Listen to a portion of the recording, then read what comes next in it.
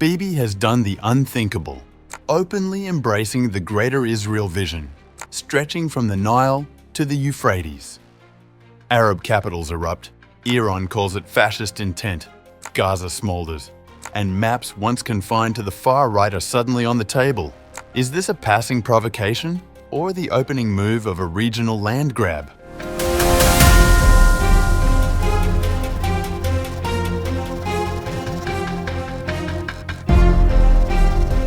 Israeli Prime Minister Benjamin Netanyahu has openly declared his attachment to the concept of Greater Israel, sending shockwaves across the Middle East and drawing sharp condemnation from neighbouring Arab states.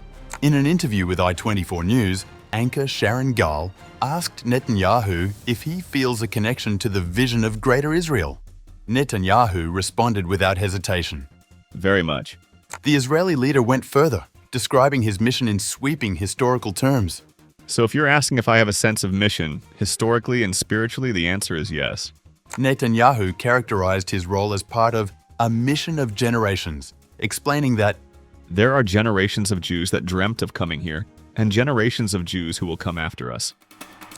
The reaction from Arab capitals was swift and unforgiving. Iran's foreign ministry spokesman Esmail Baghi issued one of the harshest responses. The admission by the Israeli premier that he sees himself as carrying a historical and spiritual mission to realize the diabolical idea is a clear indication of fascist intent.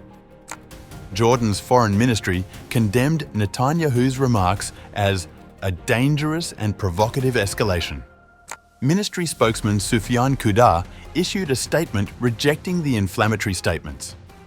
The ministry's official spokesperson, Ambassador Dr. Sufyan al-Qudar, affirmed the absolute rejection of these inflammatory statements, emphasizing that these feudal illusions reflected in the statements of Israeli officials will not affect Jordan or the Arab states, nor diminish the legitimate and inalienable rights of the Palestinian people.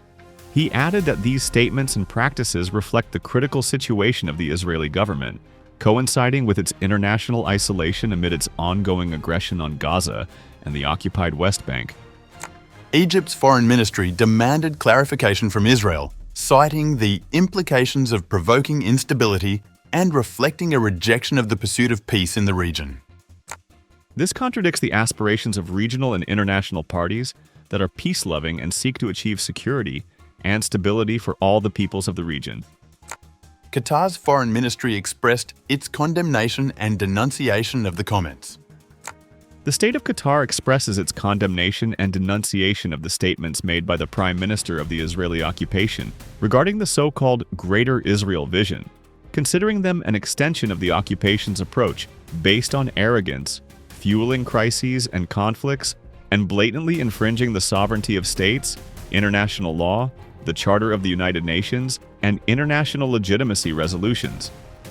Saudi Arabia issued perhaps the most comprehensive rebuke, delivering a strong condemnation. The Ministry of Foreign Affairs expresses the Kingdom of Saudi Arabia's condemnation in the strongest terms possible of the statements made by the Prime Minister of the Israeli occupation government regarding the so-called vision of Greater Israel, and expresses its outright rejection of the settlement and expansionist plans adopted by the Israeli occupation authorities. Arab League characterized Netanyahu's comments as a blatant violation of the sovereignty of Arab states and an attempt to undermine security and stability in the region.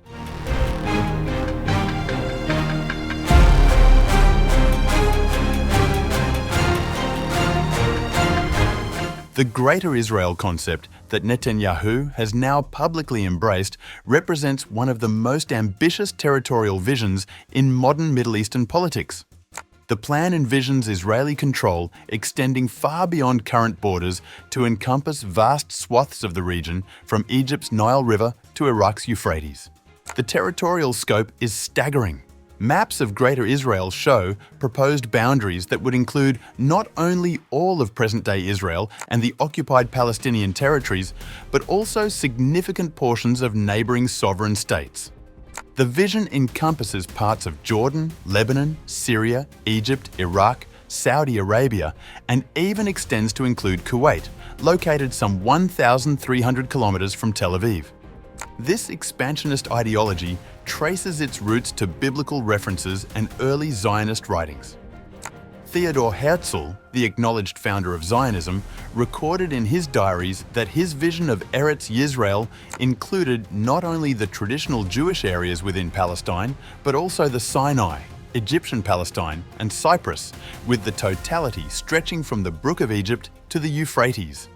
The concept gained renewed prominence after Israel's victory in the 1967 Six-Day War, when it captured East Jerusalem, the West Bank, the Gaza Strip, the Sinai Peninsula, and the Golan Heights.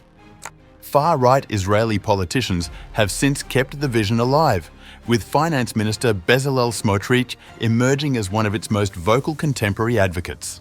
Smotrich, who denies that Palestinians constitute a nation or possess legitimate land rights, has outlined plans for 500,000 additional Israeli settlers in the West Bank and East Jerusalem alone.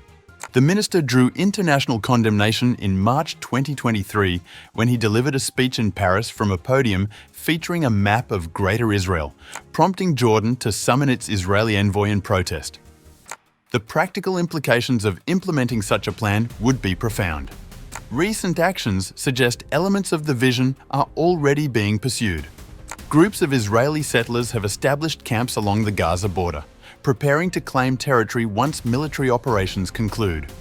Property developers are reportedly already offering beachfront developments on Palestinian land in Gaza, with promotional materials showing new construction on sites cleared by Israeli forces. The economic motivations extend beyond mere settlement expansion.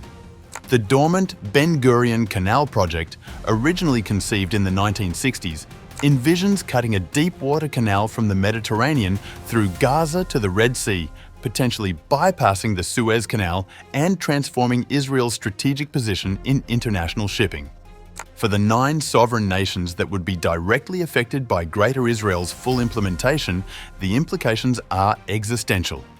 Syria, already weakened by civil war and recent regime change, has seen Israel expand its buffer zone in the Golan Heights and conduct extensive bombing campaigns. Lebanon faces ongoing Israeli military operations that many observers believe could presage permanent territorial losses. Turkey's President Erdogan has issued stark warnings about Israeli territorial ambitions, specifically cautioning that parts of southeastern Anatolia appear on Greater Israel maps. Even Cyprus, despite its generally cordial relationship with Israel, has experienced such massive Israeli property investment that local authorities have restricted foreign real estate purchases. The viability of implementing the complete Greater Israel vision faces significant obstacles. Israel's small population of roughly 9 million would struggle to maintain military control over such vast territories. The plan would require displacing or subjugating tens of millions of Arabs across multiple countries, likely triggering a regional war on an unprecedented scale.